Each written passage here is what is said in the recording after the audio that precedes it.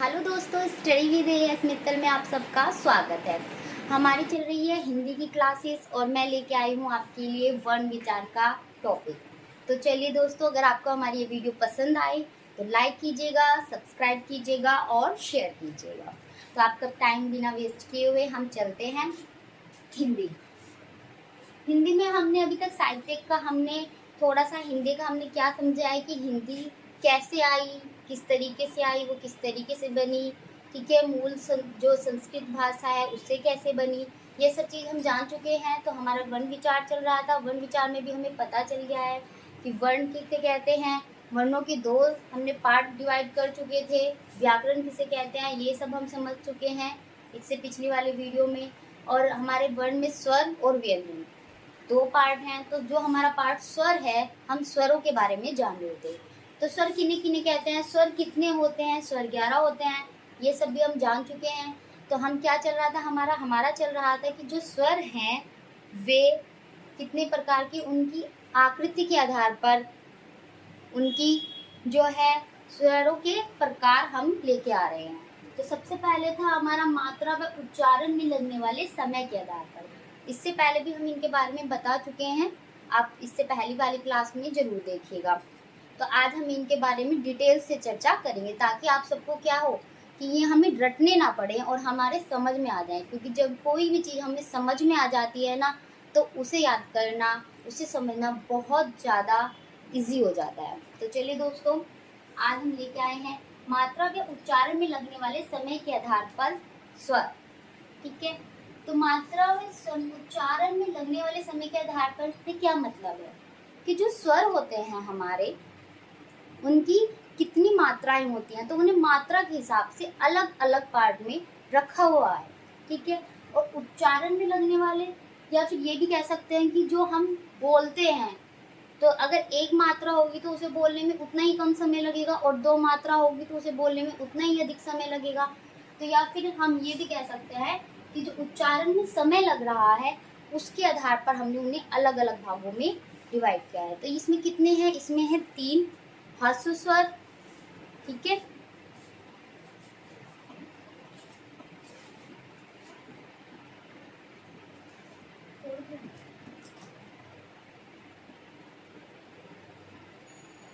दूसरा क्या है, दूसरा है दीर्घ स्वर,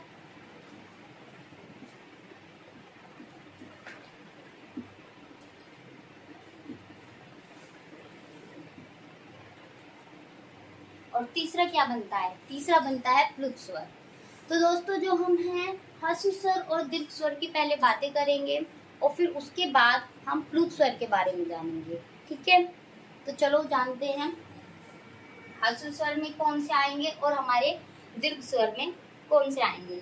तो हम ह्रस्व स्वर को क्या भी कहते हैं, ह्रस्व स्वर और जो दीर्घ स्वर है इसका नाम जो है हम सबको पता होता है, किताबों में लिखा हुआ होता है ना, तो इसलिए हम सबको पता होता है कि ये ह्रस्व स्वर है, ये दीर्घ स्वर है। तो एग्जामिनर क्या करता है, ह्रस्व स्वर या दीर्घ स्वर ना दे के उनका दूसरा नाम दे देता है जो कि हमें पता नहीं होता। तो हमारा ह्रस्व स्वर का, हम ह्रस्व स्वर को और दूसरा क्या नाम है, ह्रस्व स्वर को हम बोल सकते हैं मूल स्वर। क्या बोल सकते हैं ह्रस्व स्वर को, मूल स्वर।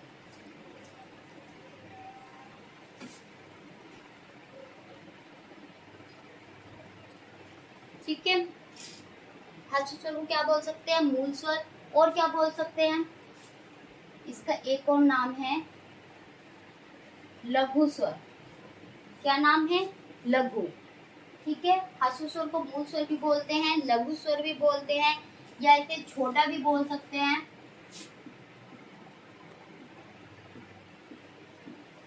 या फिर इसको एक नाम से और पुकारते हैं, वो है एक मात्रिक स्वर।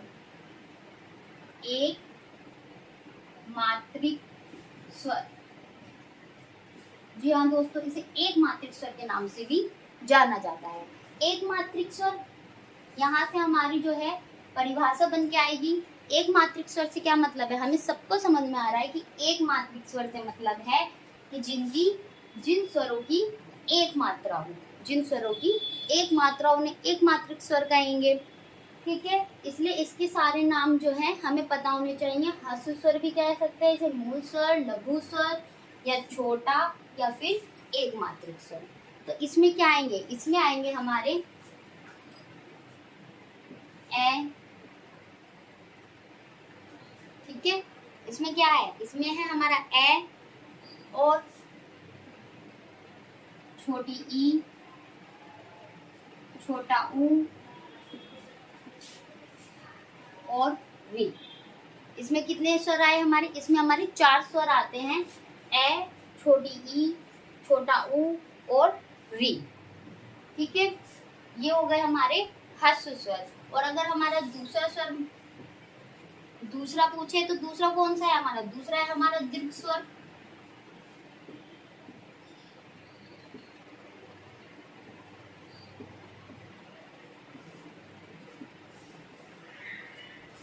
दूसरा कौन सा है हमारा, दूसरा है हमारा दीर्घ स्वर। तो दीर्घ, जैसे मूल स्वर के अलग अलग नाम हैं, ऐसे दीर्घ स्वर के भी अलग अलग नाम हैं। दीर्घ स्वर को हम क्या बोल सकते हैं, दीर्घ स्वर को हम बोलते हैं गुरु,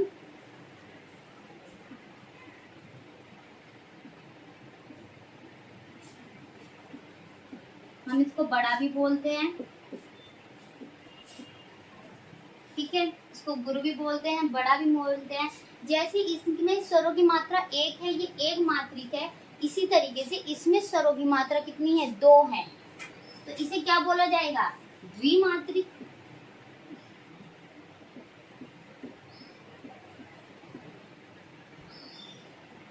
ठीक है, जैसे इसमें एक मात्रा हो स्वरों की, इसी में कितनी है, इसमें 2 मात्राएं हैं, इसलिए इसे द्विमात्रिक और उसे एक मात्रिक स्वर भी बोला जाता है। ठीक है, तो इसका एक नाम और है, इसका एक नाम और है, इसका एक नाम वो है क्या, संधि स्वर। इसको हम संधि स्वर भी कहते हैं।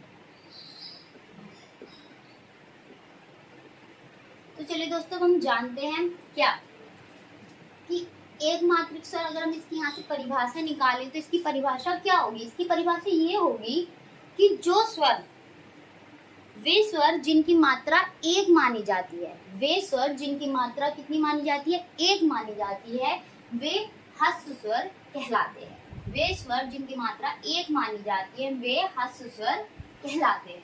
और इसमें क्या होगी भाषा, इसमें परिभाषा बनेगी कि वे स्वर जिनकी 2 मात्राएं होती हैं, वे हमारे क्या कहलाते हैं, वे दीर्घ स्वर कहलाते हैं। ठीक है दोस्तों, इतना आपको पता चल गया होगा। तो जब हमारे इसमें ये एक मात्रिक स्वर में हमारे कितने आ गए, 4, तो बाकी बचे हुए कितने, 7, वे किस में आएंगे, दीर्घ स्वर में। जैसे कि आपका आ, दीर्घ ई, दीर्घ ऊ, ए, आई,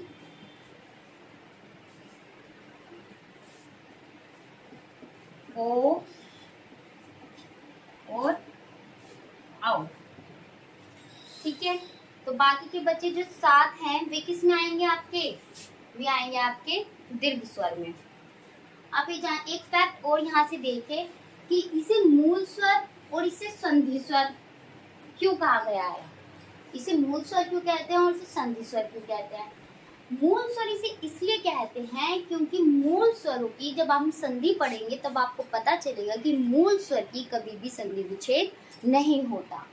यानी कि जो मूल स्वर है हमारे ये ए, ई, उ और री, इनका कभी भी क्या नहीं होता है, इनका कभी भी संधि विच्छेद नहीं होता, ये अपने आप में पूरे होते हैं। आपने कभी सुना नहीं होगा कि कोई भी स्वर है वो आधा हो, है ना।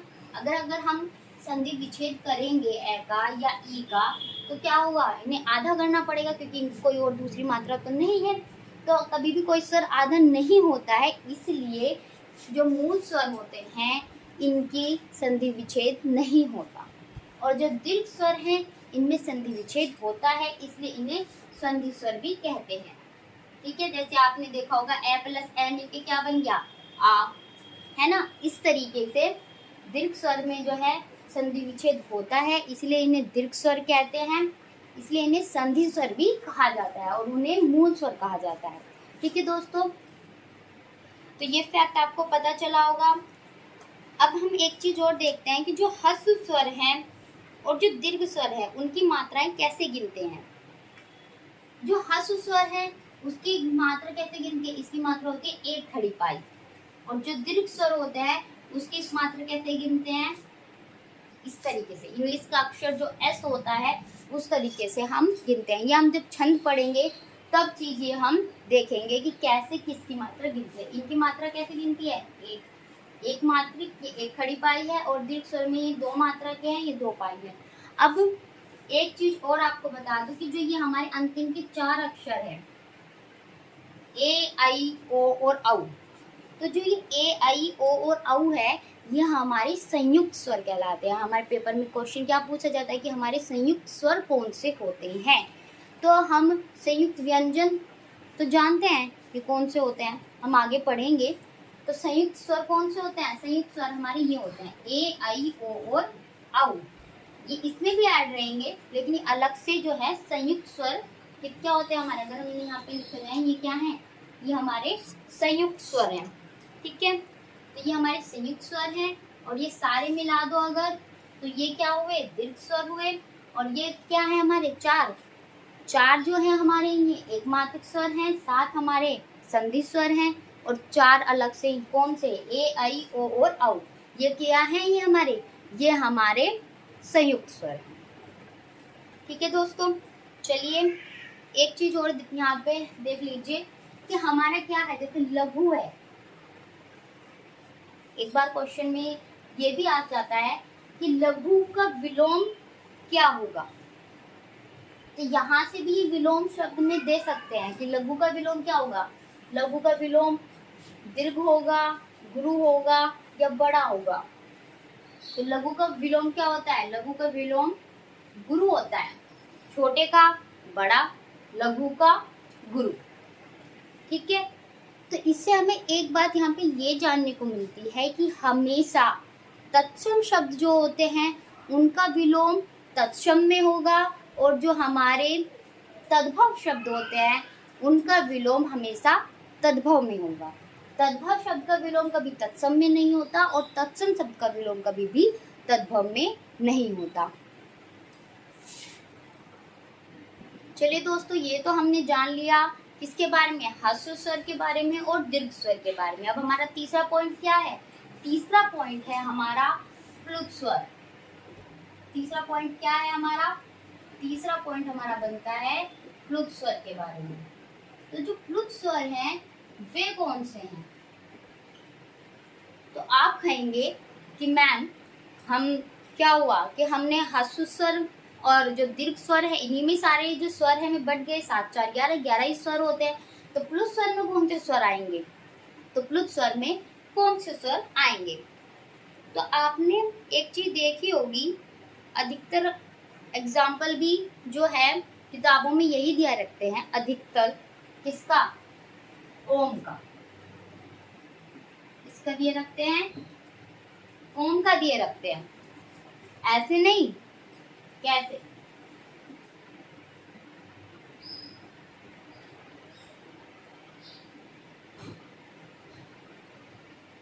ऐसे दिए रखते हैं, है ना। तो जो ये है ये 3 की आकृति जो देवनागरी लिपि में 3 लिखा हुआ है, ये यहाँ पे हम क्यों लिखते हैं। तो ये जो ओम है ये हमारा किस में आता है, ये हमारा प्लुत स्वर में आता है।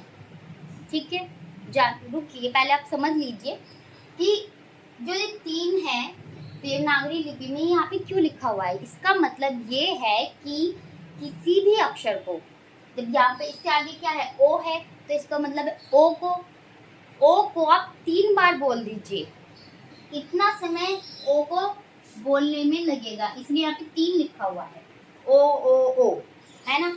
इतनी बार हमें ओ को बोलना है, तो इसे हम ओम ऐसे बोलते हैं, है ना। तो ये इसका मतलब आप समझ गए होंगे कि यहाँ पे 3 यहाँ पे इस तरीके से क्यों लिखा हुआ है। तो इसकी परिभाषा क्या होगी, इसका परिभाषा ये होगी कि वे स्वर जो लंबे समय तक बोले जाते हैं, वे स्वर जो लंबे समय तक बोले जाते हैं तो वे कैसा रूप धारण कर लेते हैं? वे प्लुत रूप धारण कर लेते हैं। क्या है कि वे स्वर जो लंबे समय तक बोले जाते हैं वे प्लुत रूप धारण कर लेते हैं। जैसे कि हमारा क्या है, ओ, ठीक है। तो इस तरीके से प्लुत स्वर होते हैं। तो जैसे हमने देखा था कि ह्रस्व स्वर में क्या था, ह्रस्व स्वर की मात्रा थी 1 खड़ी पाई, दीर्घ स्वर की थी 2 पाई, है ना, 2 थी। तो प्लुत स्वर की कितनी होगी? तो 2 या 2 से अधिक, ठीक है, जिसमें हम क्या होती है 2 या 2 से अधिक मात्रा वाला जो स्वर होता है, ठीक है, 2 या 2 से अधिक मात्रा वाला जो स्वर होता है उसे हम प्लुत स्वर कहते हैं, ठीक है। तो प्लुत स्वर में कौन कौन से आएंगे? हमारे प्लुत स्वर में कौन कौन से आते हैं? तो प्लुत स्वर में हमारे जो 7 जो दीर्घ स्वर वाले थे,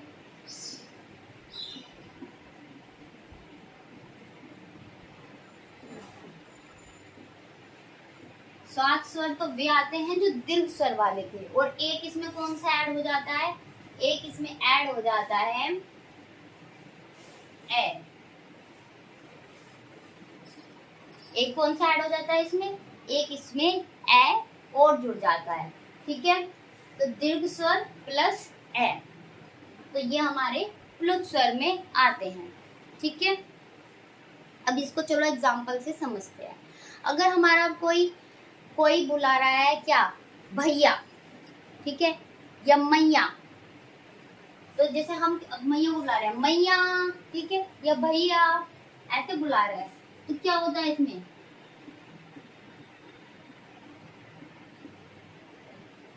ठीक है, इसके आगे क्या लगा है? ऐसे ऐसे लगा होता है, और ऐसे ऐसे डॉट डॉट डॉट डॉट आगे लगे होते हैं। तो इसका मतलब क्या है? इसका मतलब यह है कि ये प्लुत स्वर का एग्जाम्पल है। या फिर मैया कह दो, भैया कह दो, मैया का भी लिख देती हूँ मैं।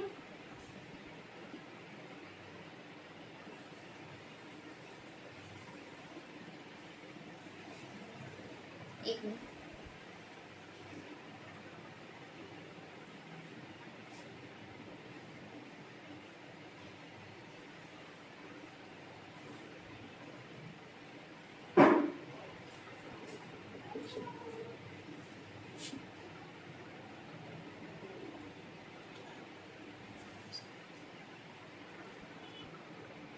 तो हम किताबों में ऐसे लिखे हुए भी देखते हैं कि इसमें क्या होता है, ये दो की जो 2 मात्रा है वो लिखी होती है और आगे ऐसे डॉट डॉट डॉट के चिन्ह बने होते हैं। तो आप एक बात बताइए, मैं आपको यहाँ पे एक बात बताती हूँ कि जो ये डॉट डॉट डॉट है इनका क्या नाम होता है? ये डॉट डॉट डॉट हम आगे लगा देते हैं, इनका नाम क्या होता है? इनका नाम होता है अपूर्ण चिन्ह। इनका नाम क्या होता है? इनका नाम होता है अपूर्ण चिन्ह, मतलब जो पूरा ना हुआ हो, ठीक है। तो ये हमारा प्लुत स्वर के उदाहरण में आता है।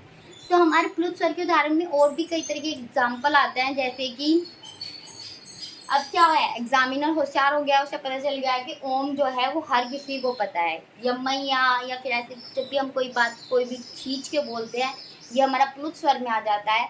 तो एग्जामिनर हमारा कैसे दे सकता है? एग्जामिनर दे सकता है कि जैसे आप एक खाली कमरे में हो, आपने देखा होगा कभी जब दिवाली की सफाई करते हैं तो सारा कमरा खाली कर देते हैं ना, या खाली बाथरूम में हो, है ना, तो क्या होता है कि अगर आप जब बोलते हैं उसमें तो दीवारें जो है गूंजती हैं, है ना, जब उसमें बोलते हैं तो क्या होता है, दीवारें गूंजती हैं, ऐसा लगता है भाई आवाज़ जो है वो गूंज के आ रही है।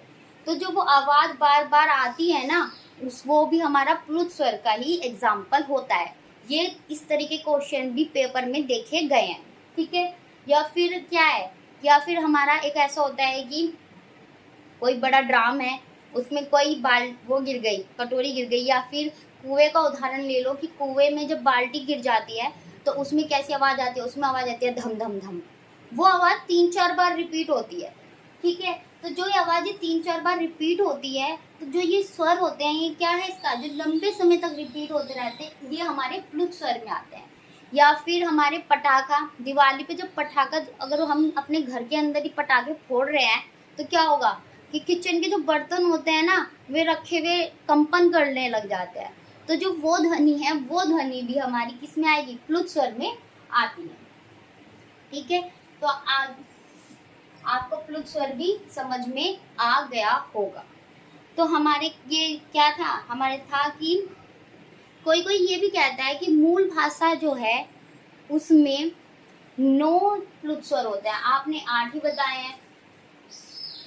एक तो दीर्घ स्वर हो जाते हैं हमारे, 7 तो दीर्घ स्वर है और उसमें हम ए जोड़ देते हैं। ठीक है, 8 हो गए। तो 9 किस तरीके से हुए, क्योंकि मूल भाषा में हमने देखा था क्या कि मूल भाषा में जो री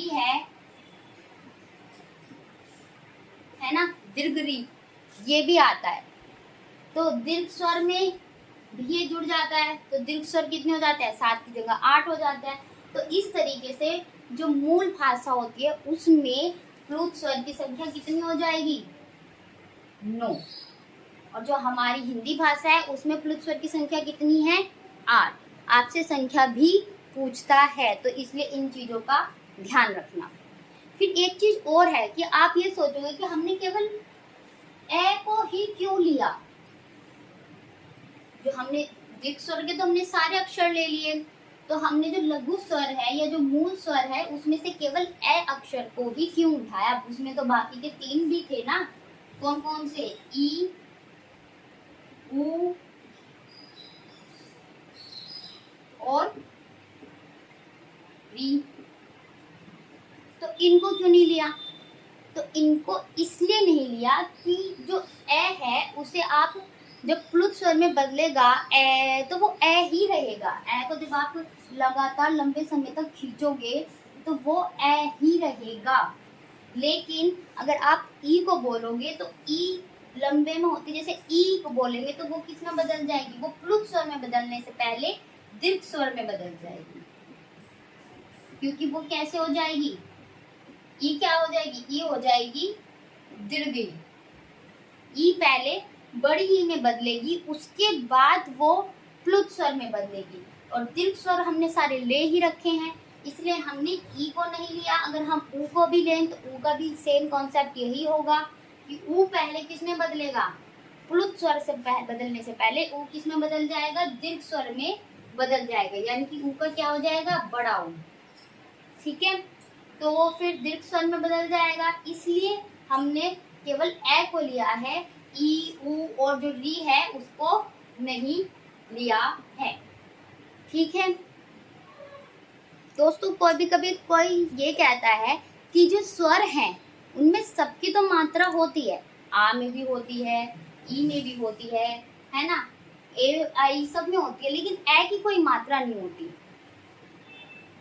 जो ए है इसकी कोई मात्रा नहीं होती, क्योंकि ए हमारा क्या है, ए हमारा एक उदासीन स्वर। ए कैसा है स्वर है, तो ए हमारा उदासीन स्वर है, इसलिए ए की कोई मात्रा नहीं होती। ठीक है, चलिए आगे बढ़ते हैं दोस्तों। दूसरा नंबर आता है हमारा ओष्ठ आकृति के आधार पर। पहला हमने समझ लिया मात्रा व उच्चारण में लगने वाले समय के आधार पर। दूसरा प्रकार क्या आता है, ओष्ठ आकृति के आधार पर। तो ओष्ठ आकृति के आधार पर जो हमने स्वर को बांटा है वो कितने में बांटा है, एक तो वृत्ताकार, ठीक है, और दूसरा कौन सा है, दूसरा है अवृत्ताकार।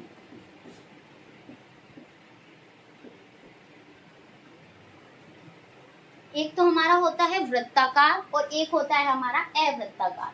तो वृत्ताकार और अवृत्ताकार में हम स्वरों को किस प्रकार रखते हैं, देखिए।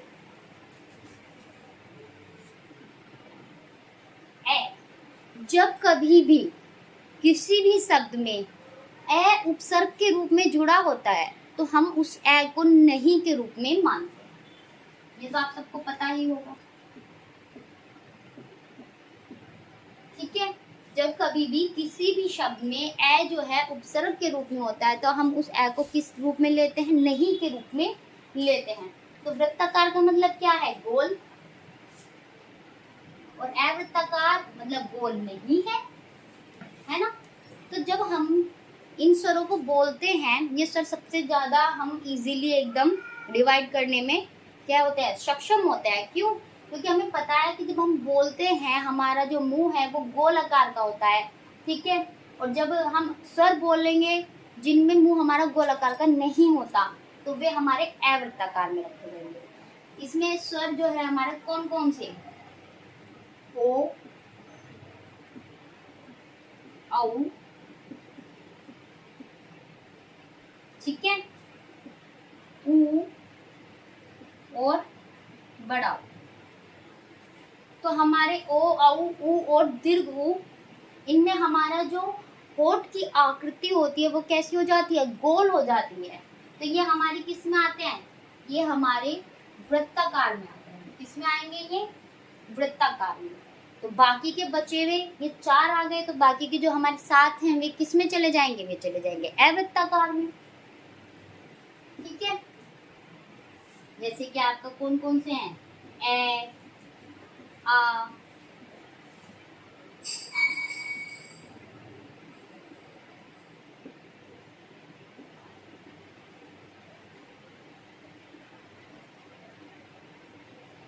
ये दोनों हमारे आ चुके हैं, तो ये हमारे इसमें नहीं आएंगे। हमारे इसमें और क्या आएगा?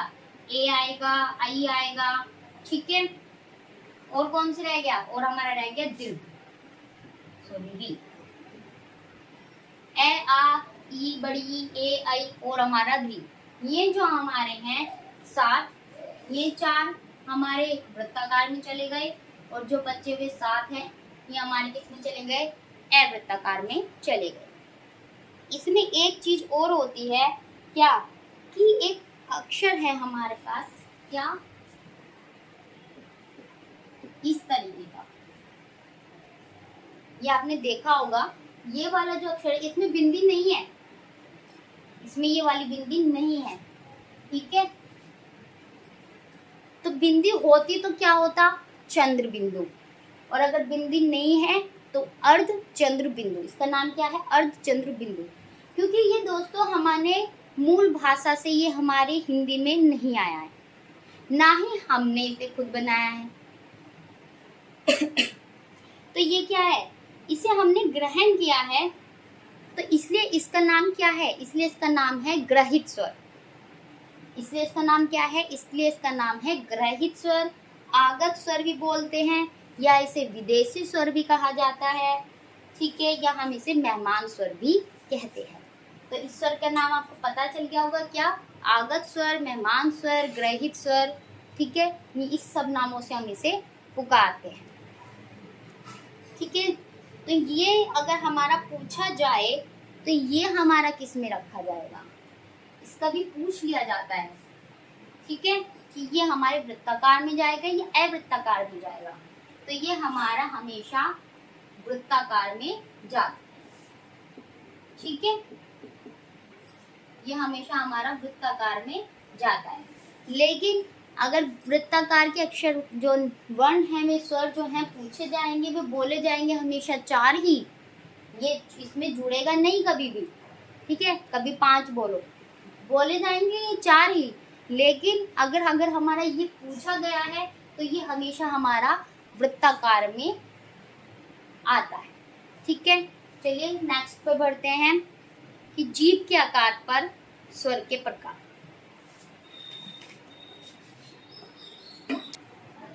तो दोस्तों तीसरा हमारा आता है जीभ की क्रियाशीलता के आधार पर, ठीक है। आपको समझ में आ रहा होगा कि जो हमारे स्वर हैं वो हम उनका डिवाइड कर रहे हैं, स्वर के प्रकार किस किस के आधार पर कहाँ कहाँ रखे जाते हैं। तो ये हम हमेशा रटते ही हैं, लेकिन हमें अब रटना नहीं है, हमें समझना है। क्यों? क्योंकि जब हम समझ जाते हैं ना किसी भी चीज़ को, तो उसके बाद क्या होता है? उसके बाद जो ये शॉर्ट ट्रिक्स वगैरह ये सब चीज़ें होती हैं ये बहुत ही ईजी हो जाती है। और क्या होता है कि हम कभी भी भूलते नहीं हैं, है ना। तो इसके आधार पर क्या है? जीभ की क्रियाशीलता के आधार पर 3 आते हैं। एक तो होता है अग्र, एक होता है मध्य,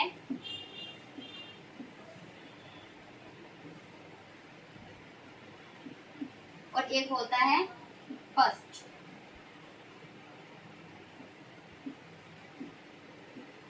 ठीक है,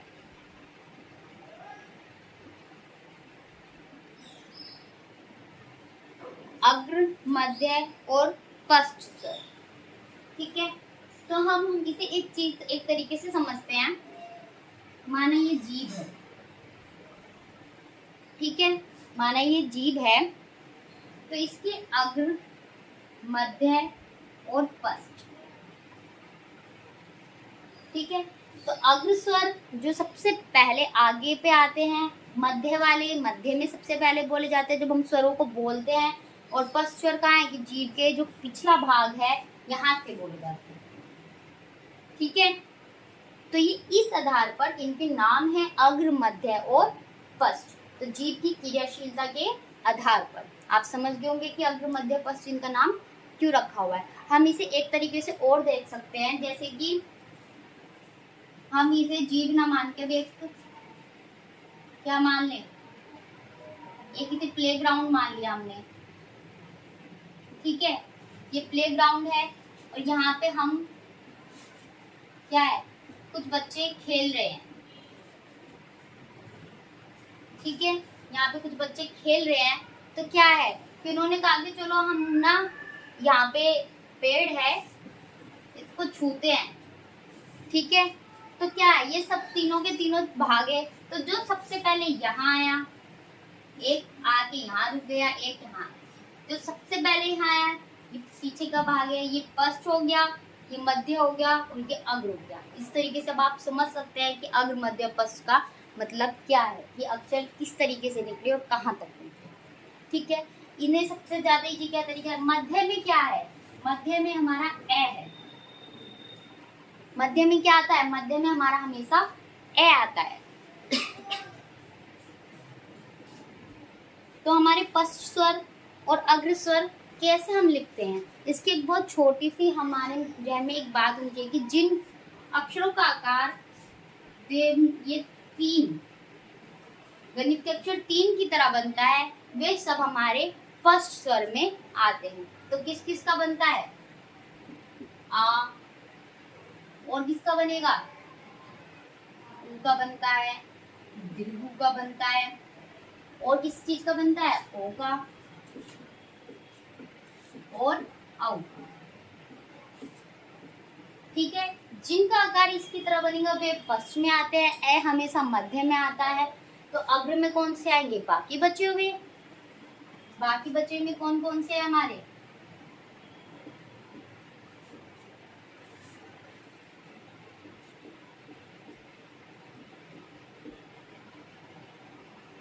ठीक है दोस्तों, इसका केवल सबसे ज्यादा इजी तरीका यही है, समझने का भी और याद रखने का भी।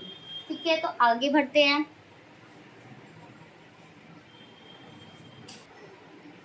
तो हमारे से आगे आता है तालु के आधार पर।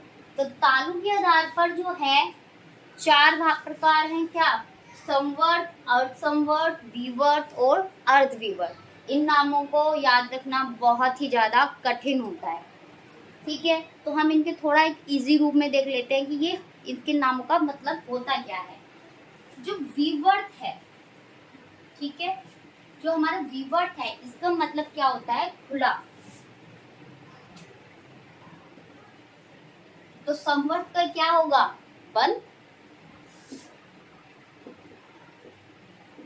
ठीक है, विवर्त का मतलब क्या होता है, विवर्त का मतलब होता है खुला हुआ। तो समवर्त का मतलब क्या होगा, समवर्त का हो जाएगा बंद। तो अर्ध समवर्त का क्या होगा, आधा बंद। और अर्ध विवर्त का मतलब क्या होगा, आधा खुला हुआ।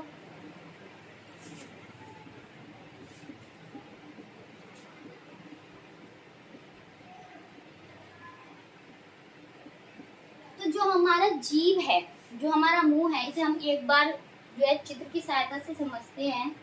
ये जैसे कि कोई, ठीक है, ये जीभ है हमारी अगर, तो इसमें क्या है, अगर हमारी जीभ यहाँ ऊपर तालव्य होता है, अगर जीभ यहाँ से टकरा रही है तो मुंह कैसा होता है, बंद होता है। तो इस स्थिति को क्या बोलेंगे, संवर्त। और जीभ अगर हमारी अक्षर को बोलते हुए यहाँ बीच में टकरा रही है तो क्या है, ये आधी खुली भी है आधी बंद है, तो अर्धसंवर्त अर्धविवर्त। और अगर जीभ हम जब मुंह बोल रहे हैं और जीभ हमारी यहाँ इधर कोने में टकरा रही है तो मुंह कैसा हो जाएगा, खुला हुआ, तो इसे क्या बोलेंगे, विवर्त। ठीक है,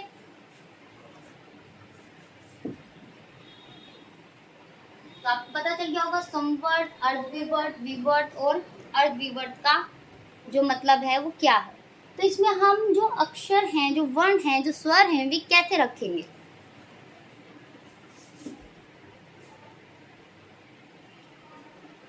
तो दोस्तों आपने देखा होगा कि जब कोई भी बच्चा बहुत तेजी से रोता है, ठीक है, या फिर अगर किसी को हमारे दांत में दर्द है, हम डेंटिस्ट के पास जाते हैं तो डेंटिस्ट क्या कहता है कि भाई मुंह खोलो, क्या कहेगा वो, आ करो, आ, क्या बोलता है वो, आ करो। तो इसका मतलब ये है कि जब आ करते हैं तो क्या होता है, मुंह खुल जाता है। या फिर बच्चा जैसे कि रोज गिर गया तो गिरते क्या करेगा, वो इतनी तेज आ बोलता है, इतनी तेज आ बोलता है कि उसका पूरा मुंह क्या होता है, खुल जाता है। तो विवर्त में क्या आ गया, हमारा आ गया। ठीक है, अर्धविवर्त में कौन से अक्षर आते हैं हमारे वर्ण, ए, ए, ठीक है, और औ।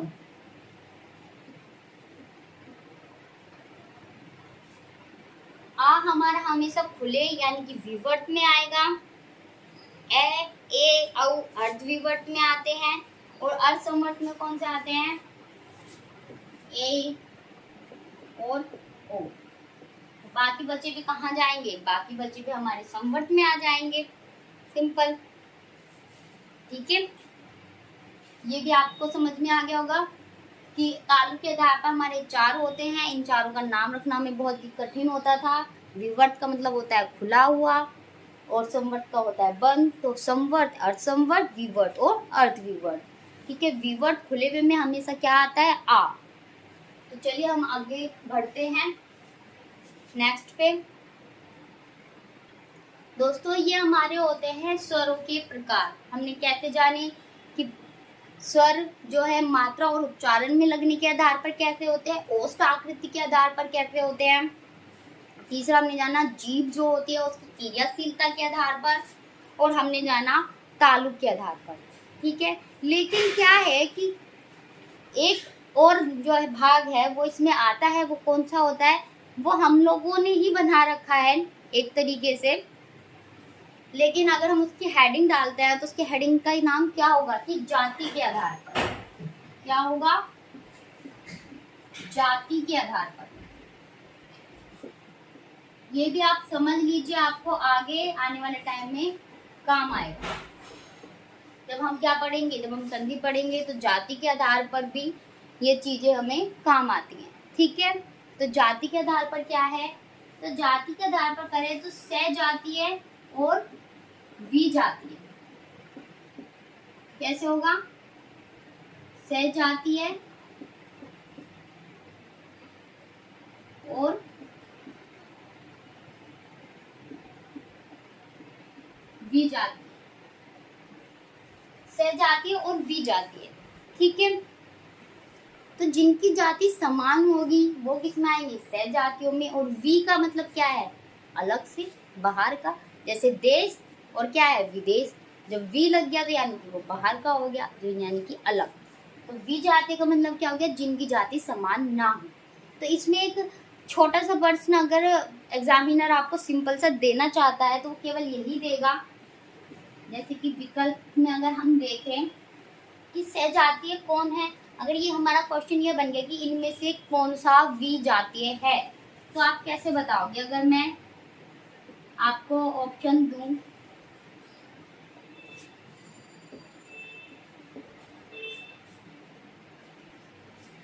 ए आ का, ऊ बड़ा ऊ का, ई दीर्घी का, और ए ई का। तो अगर इनमें से पूछे कि कौन सा इनमें से वी जाते हैं, तो कौन सा होगा वी जाते हैं?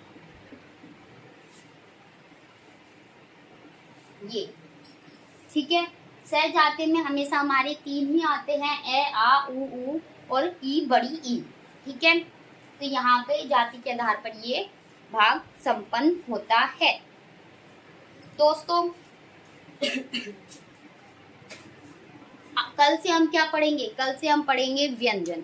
जो आपके स्वर का भाग है वो हमारा यहीं पे ही संपन्न होता है। और यहाँ पे आपके जितने भी सवाल बनने चाहते हैं, जितना भी मैंने आपको पढ़ाया है, इसमें से आपके सारे सवाल बन जाएंगे, ठीक है।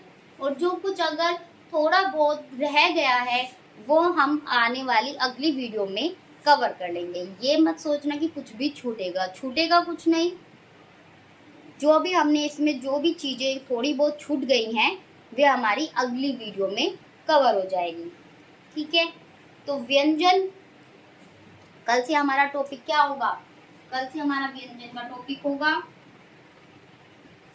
हम अपनी नेक्स्ट वीडियो में जो लाएंगे, नेक्स्ट वीडियो में हम अपना व्यंजन का लाएंगे, ठीक है। व्यंजन कितने होते हैं?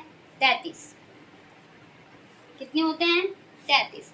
उनके कैसे कैसे भाग होते हैं, किस किस प्रकार से होते हैं, किस तरीके से किस चीज़ में डिवाइड होते हैं, वो सब कुछ हम अपनी नेक्स्ट वीडियो में समझेंगे। तो दोस्तों अगर आपको ये क्लास पसंद आई हो तो प्लीज़ इसको सब्सक्राइब, हमारे चैनल को सब्सक्राइब करो, लाइक करो और शेयर करो। धन्यवाद।